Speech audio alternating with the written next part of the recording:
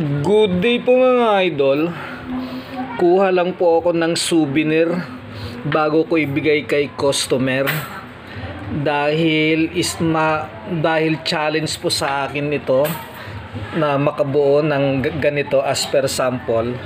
Ayan po ang sample, yung butas-butas na yan. Ito po ang produkto natin. So kinuhanan ko lang po ng souvenir bago ko ibigay kay customer dahil natapos na po. Ayan po. Ayan po ang side view. Ayan ang side view niya. So kung ilalagay natin ang side view nito, ayan po.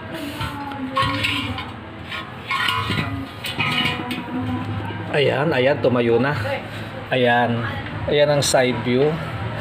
Ayan po. Ito po ang sample. Ito po ang gawa natin. Ayan po. Tapos kung titignan naman natin ng front, titignan natin ang front. Ayan naman ang front. Ayan. So ayan ang produkto natin. Ito ang sample natin. Ayan. So kinuhanan ko lang po ng souvenir dahil naging challenge po sa akin ito na makabuo ako ng impeller o water pump blade as per sample. 12 inches diameter po kasi yan mga idol. Saksakan ng laki ng diameter, 12 inches. Ayan po, 12 inches po yan. So ito naman po ang top view niya. So ayan.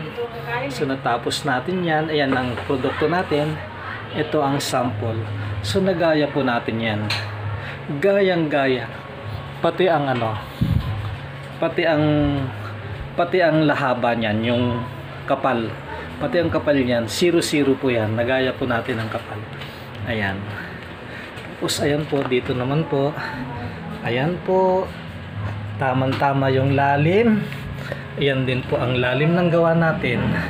Pagkatapos, may 6 na butas na maliliit. 6 po yan eh. Ayan o. 6 na butas na maliliit. Meron din siyang 6 na butas na maliliit. Pagkatapos, merong namasin yung dulo. Ito yung dulo na masin yan. Tapos ayun din po. Namasin din po.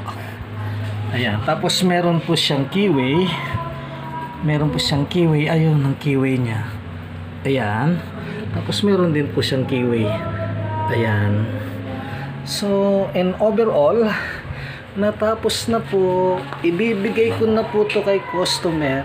So, bago ko po ito bigay kay customer, kumuha lang po ako ng souvenir. Yun lang po mga idol. Salamat. Bye-bye.